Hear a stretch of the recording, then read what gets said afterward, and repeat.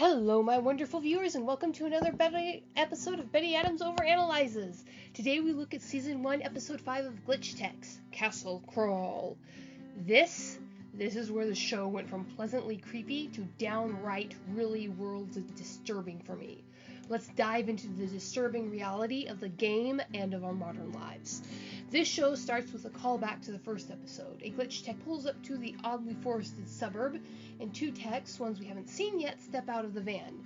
They note that this neighborhood is oddly glitch-prone as they walk into a seemingly normal house. They proceed to do their job with far different results from what we first got from our first disturbing look at Mitch with his reality-altering and mind-wiping abilities. The scene is disturbing in a rather meta way.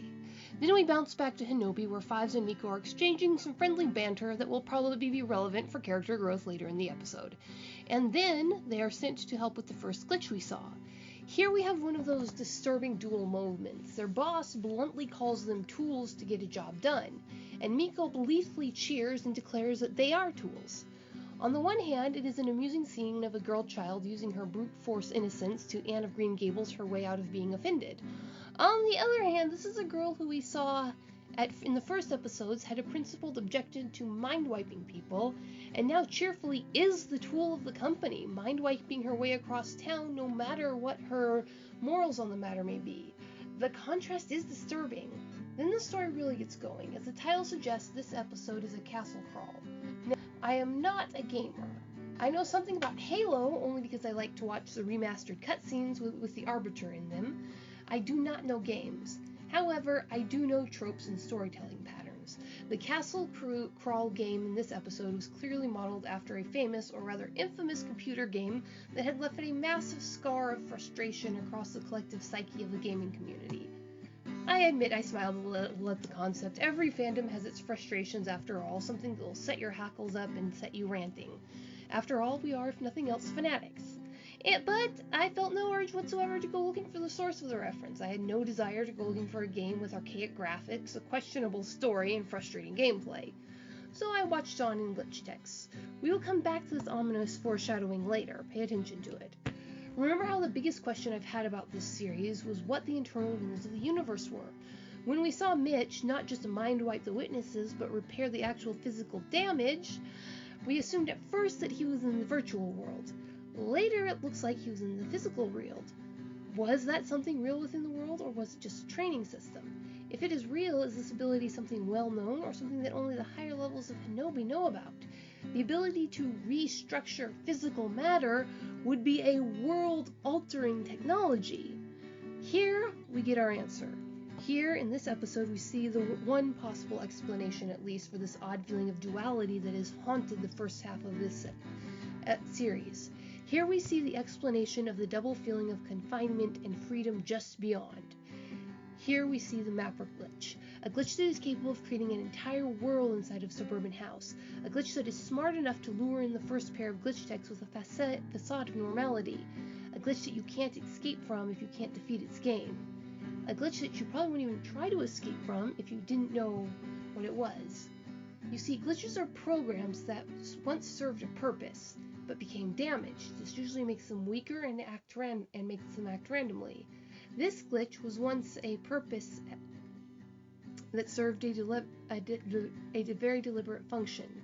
This one built one trap and masked it as a suburban dwelling place to trap people within the game that had been set to play inside of it. The players were trapped sleeping as statues, part of the scenery, part of the game.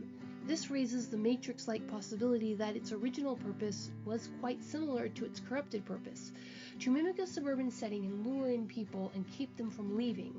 It explains quite a bit about what is real in this world. It does make sense that the gauntlets can be repaired, as we saw the boss repair Miko's. The gauntlet is mostly a holographic projection that's established from the beginning. The only real tech of them is the wristbands. Mitch's van being restored near instantly from being crushed is a harder sell, but is also explainable as Hinobi tech. Presumably the van has its own projector system. But Mitch being able to completely repair the house requires that random suburban house to be a hologram from the very beginning as well. A deceptive suburban facade to a dungeon where the people within are trapped. This would explain the bridge. If this happy little town of Bailey works by the game logic, you couldn't leave until you had defeated the final level, the bridge level from Five's past. Is that what happened to Five's dad? Did Five Senior, maybe call him Fours, challenge the bridge level from within Hinobi and fail on that fateful day when Fives forgot to finish his game with his childhood friend because he was going to work with his dad that night? At least one house in Bailey was a hologram, is a hologram. How many more are? Is the taco truck? Is the aggressively normal downtown just a holographic projection? Whatever the reality of this world is, you can see that Hinobi doesn't care much about the safety of its employees. Even allowing for cartoon levels of violence, Hinobi kept losing glitch text to the glitch, not knowing what had happened to them, and simply kept sending in more children. It raises the question of who did Fives and Miko's replace? What happened to the glitch tech that they replaced?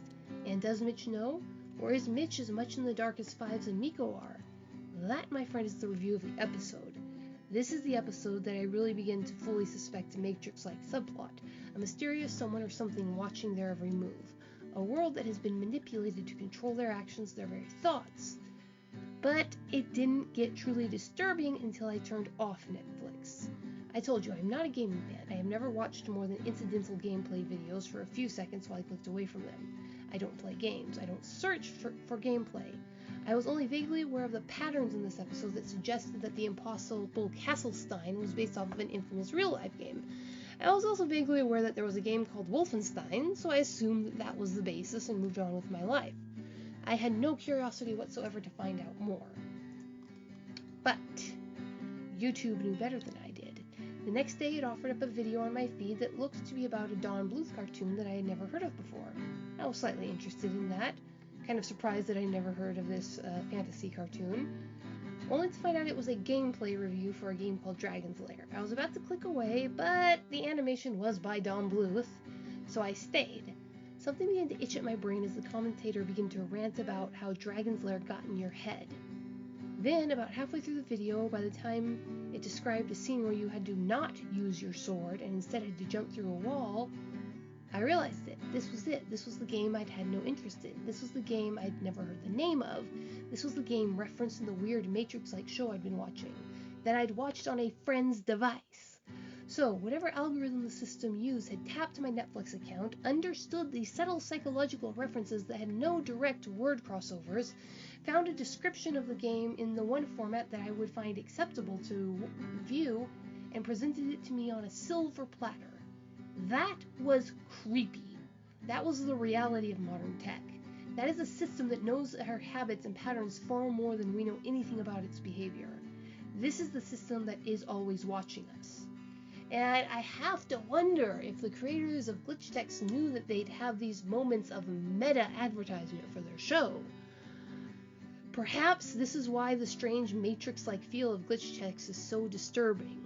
Why a show that is so many bright colors and one My Little Pony away from being a children's show is resonating so much with adult viewers. This show seems far too real on some levels. So, what do you think, my wonderful viewers? Leave a like if you agree, and leave a comment smashing my analysis like the reality we inhabit if you disagree. Check out my Teespring channel for some weird human merch, and share this video if you want to see more. Peace out, my wonderful viewers.